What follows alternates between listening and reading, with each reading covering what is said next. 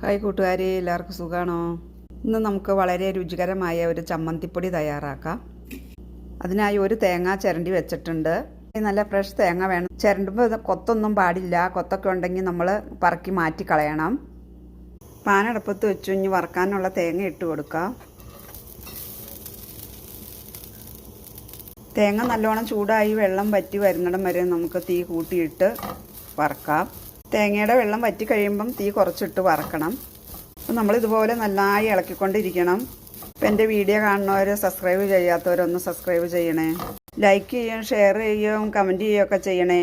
അപ്പോൾ തേങ്ങയിലെ വെള്ളം വറ്റി വന്നിട്ടുണ്ട്. ഒരു സ്പൂൺ മല്ലി ഇട്ട് കൊടുക്കാം.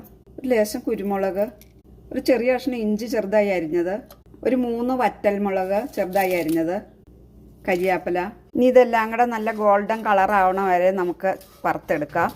തീ കുറച്ച് വെച്ചിട്ട് വേണം വറുക്കാൻ.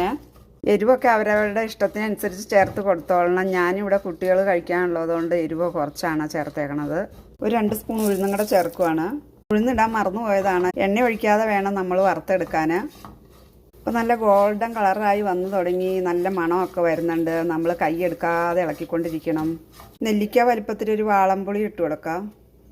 പുളി ചെറുതായി നുറുക്കിയിട്ട് കൊടുക്കണം.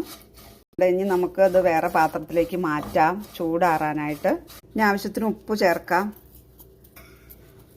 എന്നിട്ട് ഇനി അരച്ചെടുക്കാം. ഒത്തിരി അങ്ങ് തണുത്ത് പോണതിന് മുമ്പ് അരച്ചെടുക്കണം. കുറച്ച് ജാറിനകത്തിട്ട് നമുക്ക് പൊടിച്ചെടുക്കാം. ചമ്മന്തിപ്പൊടി റെഡിയായി. ഈ പരുവത്തിന് വേണം പൊടിക്കാൻ. അപ്പോൾ ഇതുപോലെ എല്ലാവരും ഒന്ന് ട്രൈ ചെയ്ത് നോക്കണേ. തേങ്ങ പൊടിക്കണ സമയത്ത് നമ്മൾ കഴിച്ച് നോക്കിയിട്ട് ഉപ്പും പുളിയും കുറവാണെങ്കിൽ ചേർത്ത് കൊടുക്കാം. നല്ല ടൈറ്റായിട്ടുള്ള പാത്രത്തിനകത്ത് അടച്ചു വെച്ചാൽ എത്ര നാൾ വേണമെങ്കിലും ഇരുന്നോളും. സ്കൂളിൽ പോണ കുട്ടികൾക്ക് ചോറിൻ്റെ കൂടെ കൊടുത്തു വിടാനും കഞ്ഞിക്കും ഒക്കെ കഴിക്കാൻ നല്ല സൂപ്പറാണ് കേട്ടോ.